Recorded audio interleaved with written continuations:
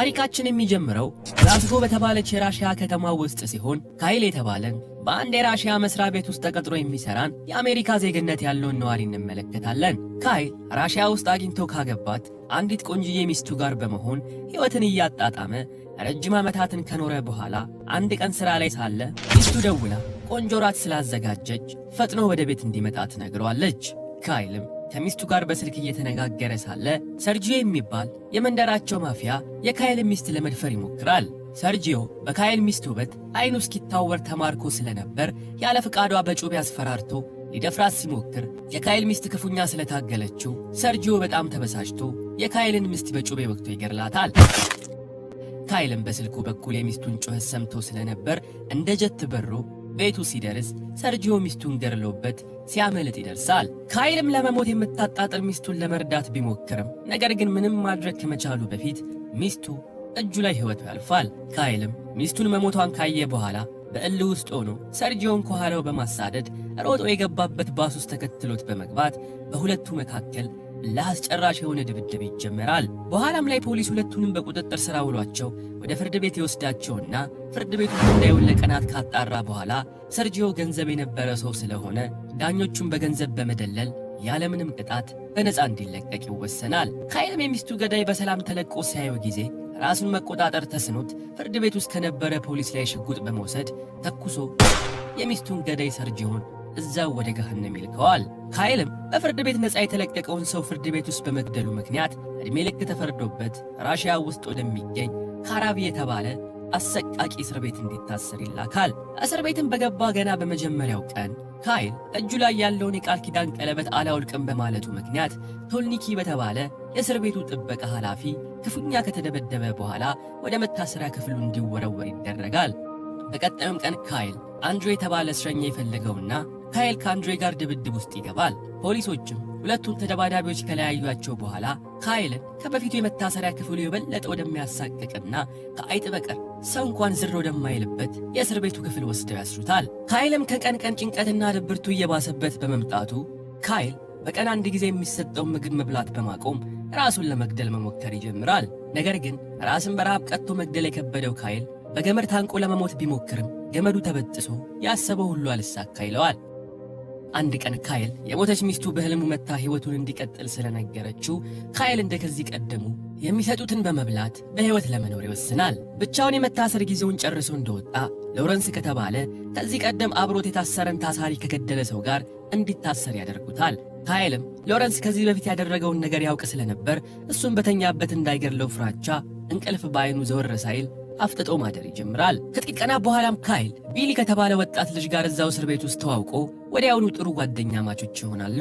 ቢሊና ካይልም ማሊክ የተባለ በዊልቸር የሚሄድ አካል ጉዳተኛ እስረኛ መጥቶ ከተቀላቀላቸው በኋላ እዚህ እስር ቤት ውስጥ ካሉ ሰዎች በሙሉ አንድሬ የተባለውን አደገኛ እስረኛ እንዲጠነቀቁት ይመክራቸዋል። አንድሬ ከእስር ቤት ውጭ ያሉት ዘመዶቹ ታዋቂ ማፊያዎች ሲሆኑ በተጨማሪ ደግሞ አንድሬ በድብድብ ብቃቱ እስር ቤት ውስጥ ካሉት የተሻለ ሰው እንደሆነ ለካይልና ቢሊ ይነግራቸዋል። ካይልም ቀስ በቀስ የእስር ቤት ሕይወትን እየተላመደ መምጣት ቢጀምርም አንድሬ የተባለው ጥጋበኛ ግን አላስቀምጥ ብሎ በጣም ያስቸግረዋል። ነገር ግን ያልበቃ ብሎት አንድ ምሽት ከካይል ጋር አብሮ የታሰረው ሎረንስ ሌሊት ላይ ካይልን አንገቱን ፍርጥቅ አድርጎ በማነቅ ሊገድለው በመሞከሩ የካይልን የእስር ቤት ቆይታ ከሚቋቋሙ በላይ ፈታኝ ያደርጉበታል። ይህ በእንዲህ እንዳለም ካራቢ እስር ቤትን በሚያስተዳድረው ሩሶ አማካኝነት ታሳሪዎች እርስ በርስ የሚደባደቡትና ሰዎች በተደባዳቢዎቹ ላይ የሚቆምሩበት ግጥሚያ በመጀመራቸው በመጀመሪያው ግጥሚያ ጥጋበኛው አንድሬ ተጋጣሚውን ዱቄት እስኪሆን ድረስ ጥሩ አድርጎ በመቀጥቀጥ እስር ቤት ውስጥ ከሱ የተሻለ ተፋላሚ እንደሌለ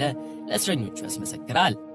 ያን ዕለትም አንድሬ ቢሊ የተባለውን የካይልን ጓደኛ ከመሬት ተነስቶ ነገር በመፈለግ ክፉኛ በመደብደብ ሆስፒታል እንዲገባ ያደርገዋል። ያሟል እንዴ ሰውዬ! ከዕለታት አንድ ቀንም እስረኞቹ በሙሉ ውጪ ላይ የጉልበት ሥራ እንዲሰሩ ታዘው ካይል ሳያስበው ከአንድ ሰው ጋር ይጋጫል። የተጋጨውም ሰው በርካታ ጓደኞች ያሉት ሰው ስለነበር ካይልን ከጓደኞቹ ጋር በመሆን አይሆኑ ድብደባ ቢደበድቡትም ፖሊሶች ግን ካይልን ከማስጣል ይልቅ በመደብደቡ ተደስተው እየተዝናኑ ማየታቸውን ይቀጥላሉ። የካይልም ስቃይ በዚሁ ሳያበቃ ከሰው ጋር ተደባድበሃል በመባል ከዚህ በፊት ታስሮበት የነበረው ሰው የሌለበት የእስር ቤት ክፍል ያስሩታል።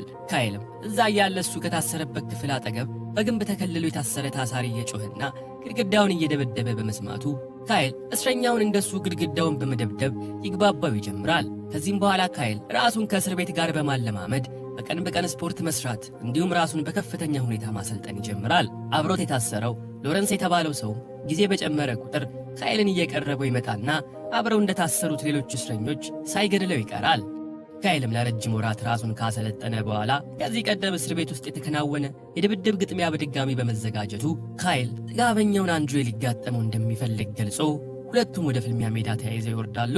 ፍልሚያውም እንደተጀመረ አንድሬ የበላይነቱን አግኝቶ ካይልን በጥሩ ሁኔታ ቢቀጠቅጠው፣ ካይል ግን እንደምንም ብሎ ኃይሉን በማሰባሰብ አንድሬን መሬት ላይ በመዘርረር ጉሮሮውን በጥርሱ ቦጭቆ ማንም ባልጠበቀው መልኩ አሰቃቂ አገዳደል ይገድለዋል። ከዛም ቀን በኋላ ካይል እስር ቤት ውስጥ የሚዘጋጁ ግጥሚያዎችን በመሳተፍ ተፋላሚዎቹን ካልገደለ የማይተው አረመኔ ሰው ሆኖ ቁጭ ይላል። ይህ አዲሱ የካይል ጸባይ በካይል ዙሪያ ያሉትን ሰዎች በሙሉ በማሳሰቡ ሎረንስ የተባለው ከካይል ጋር አብሮ የታሰረው ሰው ካይልን ማንነቱን እያጣ እንደሆነ በዛው ጭልጥ ብሎ እንዳይቀር ያስጠነቅቀው ይጀምራል።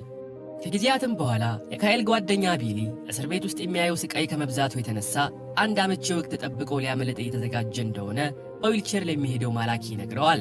ማላኪ ግን ይህን ምስጢር ለበሽታው መድኃኒት እንዲያገኝ በማሰብ ቢሊ ያሰበውን እቅድ ቶልኒክ ለተባለው ፖሊስ ይነግርበታል። ቶልኒክም የቢልን እቅድ ከሰማ በኋላ ቢልን ለማምለጥ በማሰቡ ብቻ ክፉኛ ከደበደበው በኋላ ቫሊያን የተባለ አረመኔ እስረኛ ያለበት እስረኛ ክፍል እንዲያድር ያደርገዋል። ያን ምሽትም አረመኔው ቫሊያ ምስኪኑን ቢሊን ሲቀጠቅጠው በማደሩ ጠዋት ላይ ቢሊ በሕይወትና በሞት መካከል ውስጥ ሆኖ እንደተዘረረ ይገኛል። ካይልም የቢሊን መደብደብ ሰምቶ ቢሊ ጋር ፈጥኖ ሲሄድ ቢሊ በቀረችውን ጥፍጣፊ ሰከንዶች ውስጥ እያጣጣረ ካይልን እንደ ድሮ ጊዜው ቃል ካስገባው በኋላ ቢሊ ሕይወቱ ያልፋል።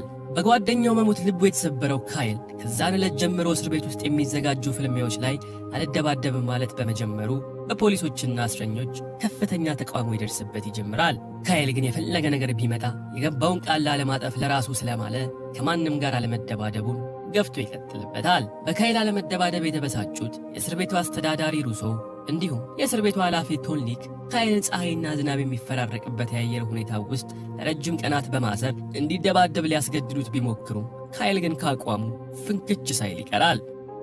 ቀስ በቀስም ሌሎቹም ታሳሪዎች የካይልን አቋም በመከተል አንደባደብም በማለታቸው እስር ቤት ውስጥ ያሉ አመራሮች በሙሉ በቁማር የሚያገኙትን ገንዘብ ማጣት ይጀምራሉ። በእነዛ ቀናቶች ውስጥም ላውረንስ ቢሊ የተባለውን የካይልን ጓደኛ ሊያመልጥ እንደሆነ ለፖሊሶቹ በማቃጠር ለሞቱ ምክንያት የሆነው አካል ጉዳተኛው ማላኪ እንደሆነ በማወቁ ላውረንስ ማላኪን ወደ አንድ ሰዋራ የእስር ቤቱ ክፍል በመውሰድ እላዩ ላይ ጋዝ አርከፍክፎ ቁጭ እንዳላቃጥሎ ይገድለዋል። እናቱን ሲያንሰው ነው። ረጅም ቀናት ከፈጀ ፀሐይና ዝናብ መፈራረቅ በኋላ ካይል ሆስፒታል ገብቶ እርዳታ ያገኘና አገግሞ ከሆስፒታል ይወጣል። የእስር ቤቱም ኃላፊዎች ግን ካይልን ለአንዴና ለመጨረሻ ጊዜ ለማስወገድ ስላሰቡ ካይልን ማይሎክ ከተባለ ለረጅም ዓመታት ብቻውን ከመታሰሩ የተነሳ ባህሪው እንደ አውሬ ከሆነ ሰው ጋር እንዲደባደብ ያደርጉታል። ማይሎክም ካይልን ገና እንዳየው እንደ ፈረስ እየገሰገሰ ወደሱ በመምጣት ካይልን ከግድግዳ ጋር እያጋጨ ሊገድለው ከጫፍ ይደርሳል።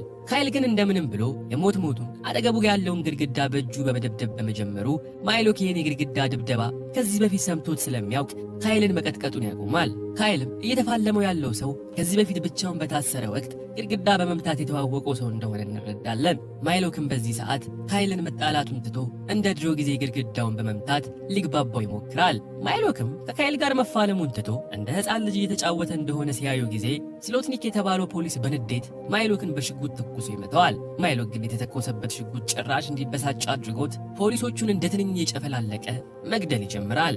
ካይልም ማይሎክን ተከትሎ ፍልሚያውን በመቀላቀል ከፊቱ የሚመጣውን ፖሊስ አንድ በአንድ መጨፍጨፉን ይያያዘዋል። በፍልሚያውም ወቅት ማይሎክ በርካታ ጥይት ተተኩሶበት በመመታቱ ምክንያት ሕይወቱ ወዲያውኑ ታልፋለች።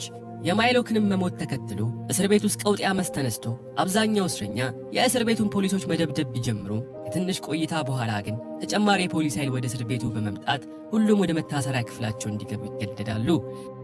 ያን ዕለትም ካይል ከላውረንስ ጋር ቁጭ ብሎ ሲያወራ ካይል እስር ቤት ውስጥ በቆየ ቁጥር ሰዋዊ ማንነቱን እያጣ አውሬ ወደ መሆን እየተቀየረ እንደሆነ ለላውረንስ ይገልጽለታል። በዚህ ጊዜ ላውረንስ ካይልን ከዚህ አሰቃቂ እስር እንዲያመልጥ እንደሚረዳው ቃል በመግባት ነገር ግን ከእስር ካመለጠ በኋላ ስለዚህ ገሃነም እስር ቤት ለዓለም ሕዝብ እንዲያሳውቅ ቃል ያስገባዋል።